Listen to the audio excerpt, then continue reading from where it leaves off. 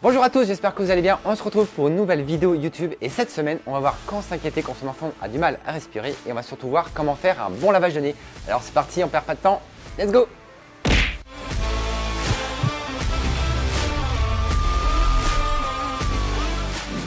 Bonjour à tous, donc j'espère que vous allez bien. On se retrouve pour une nouvelle vidéo. Donc je suis en présence de Karine. Je vais déjà te laisser te présenter. Bonjour, je suis Karine, je suis kinésithérapeute pour enfants et je suis spécialisée en pédiatrie. Et donc dans cette vidéo, on va parler spécifiquement de lorsque votre enfant a du mal à respirer.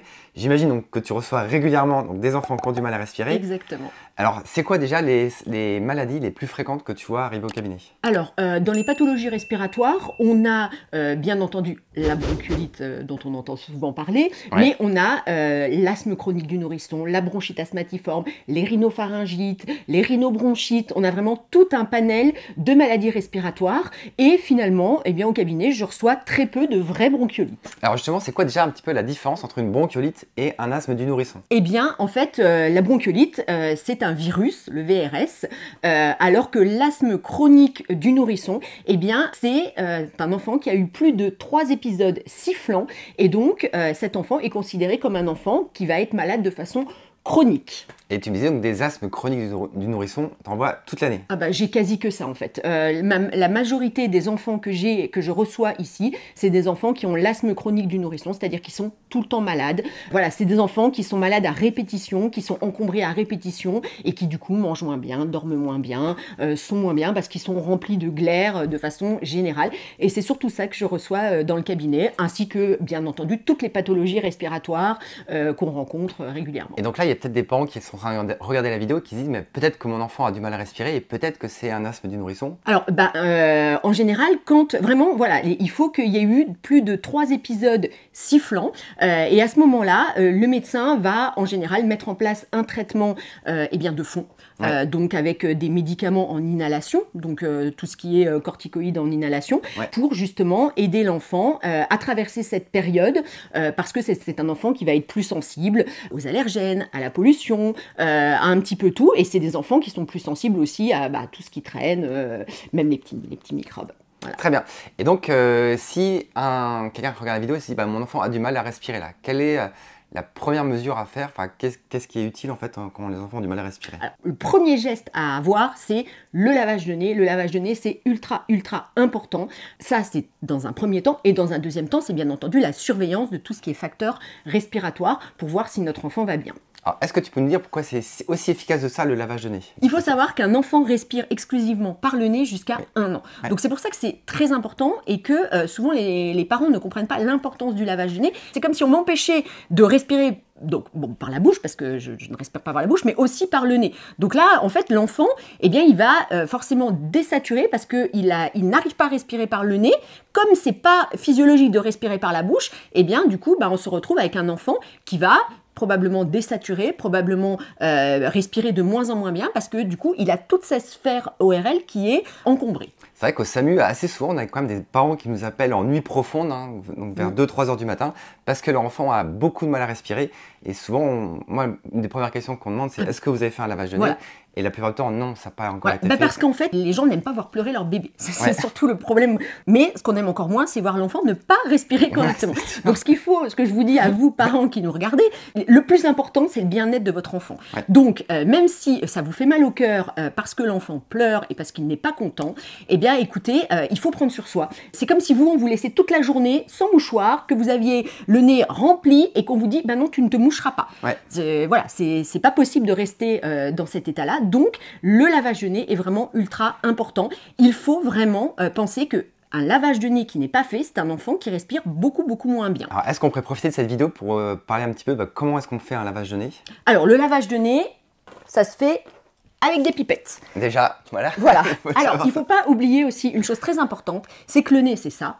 Mais le nez, c'est surtout tout ce qui est là. C'est vrai que c'est une cavité qui est assez importante et qu'en fait la narine c'est juste l'extrémité qu'on voit en fait et qu'on a toute cette partie là en effet qui est moins visible et qui communique à l'arrière avec la bouche quand même. Et il faut savoir qu'en fait là on a toutes des petites cellules avec des cils et en fait ces cellules dès qu'elles sont en présence d'un allergène, que ça soit un virus que ça soit des particules, que ça soit de la pollution, que ça soit n'importe quoi, et ben elles vont, ou même du reflux, c'est-à-dire de l'acidité, elles vont réagir. Et comment elles réagissent? Eh bien, elles sécrètent le mucus, donc la morve que vous avez dans le nez, elles sécrètent. On a des petits cils qui bougent et qui vont ramener cette morve vers l'arrière. Et du coup, si on a une morve qui est fluide et qui en fait est peu importante, et ben au fur et à mesure, tout ça va s'écouler tranquillement. Mais si les cellules sursécrètent, et ben on va se retrouver avec tout un amas ici de morve. Et donc c'est là que nos pipettes sont hyper importantes.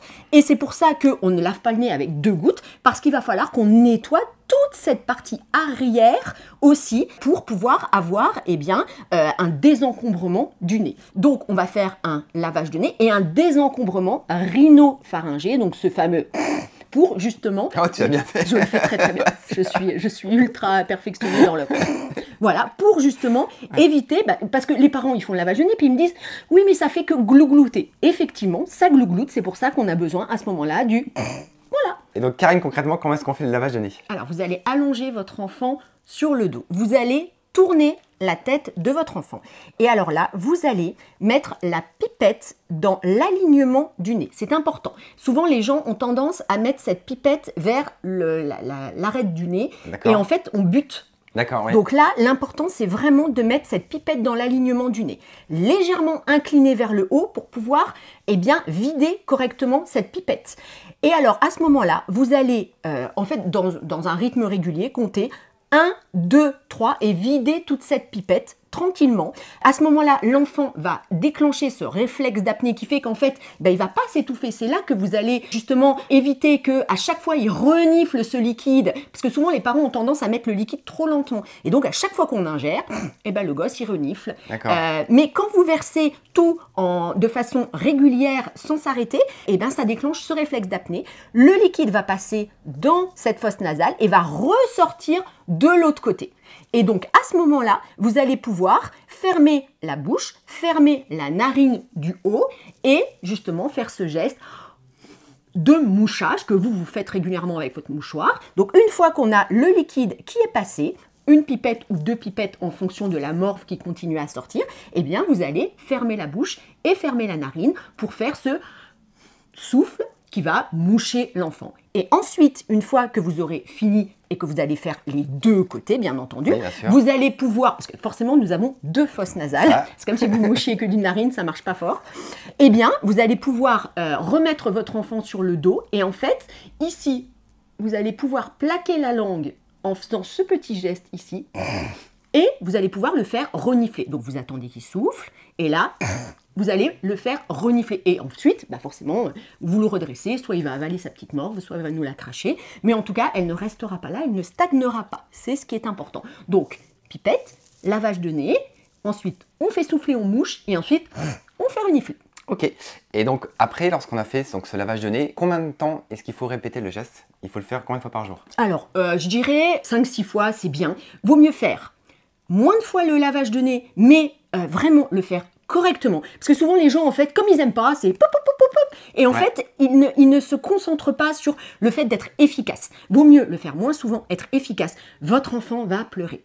Mais dites-vous bien une chose, c'est que plus votre enfant va être habitué au lavage de nez, et moins en fait, il va pleurer parce que ça va être un geste qui va devenir de plus en plus normal et de plus en plus bienveillant. Forcément que si vous déjà vous êtes inquiet à l'idée de faire ce lavage de nez et que vous n'êtes pas bien, lui il va le ressentir et il va croire que c'est quelque chose qui n'est pas normal. Quand on vous donne un mouchoir, vous vous dites pas tiens, on est en train de m'agresser avec un mouchoir. Donc ça c'est important aussi d'instaurer ce geste dans quelque chose de bienveillant et de quotidien, comme se laver les dents, comme voilà, on n'est pas en train de faire quelque chose qui est mal pour votre enfant. On est en train de l'aider à mieux respirer. Et donc Karine, au final, on a fait ce lavage de nez et quels sont les signes qui doivent nous inquiéter si l'enfant a du mal à respirer ou les signes respiratoires dans tous les cas qui doivent nous inquiéter? Alors, donc on va déjà regarder la fréquence respiratoire. Une fréquence respiratoire qui est supérieure à 60 bars minutes, c'est inquiétant.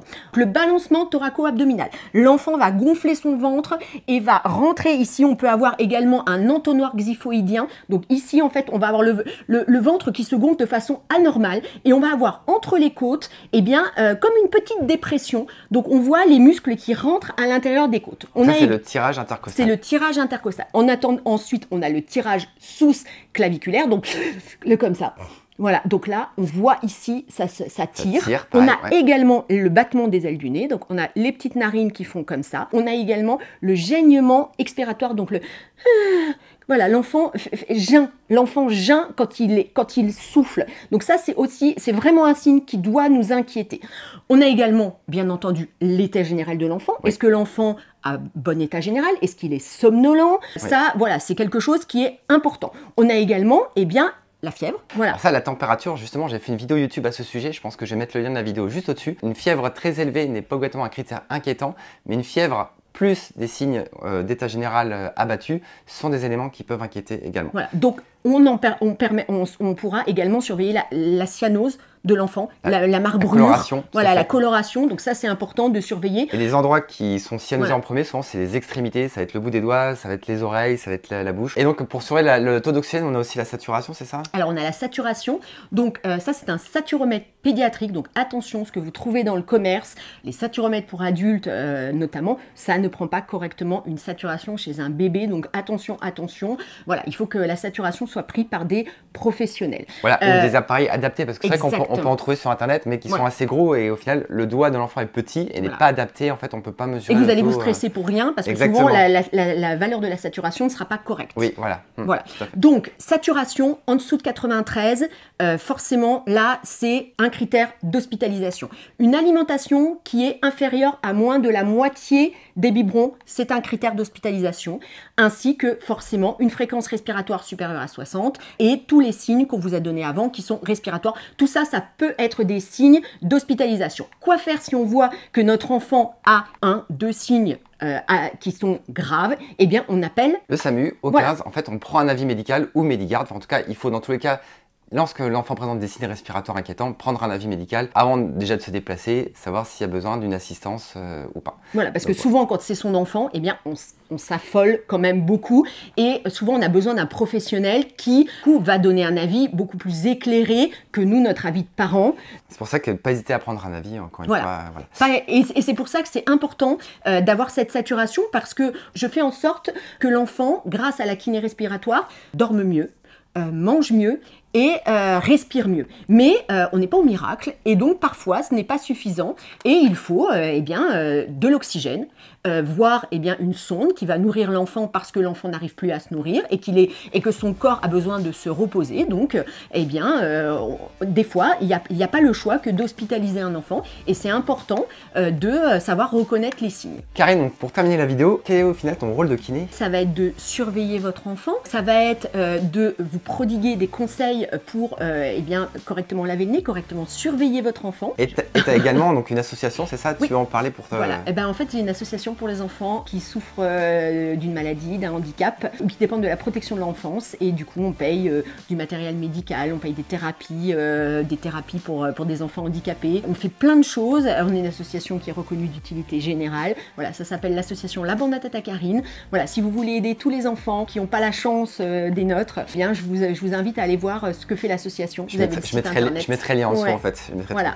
Ok, bah merci beaucoup Karine, c'était vraiment super sympa. Franchement, j'espère que cette vidéo vous aura plu. Comme d'habitude, si vous avez d'autres questions, si vous avez des commentaires, n'hésitez pas à les poser en dessous, on y répondra avec grand plaisir. Pensez à mettre le petit pouce pour me soutenir. Et moi je vous dis à la prochaine et merci Karine.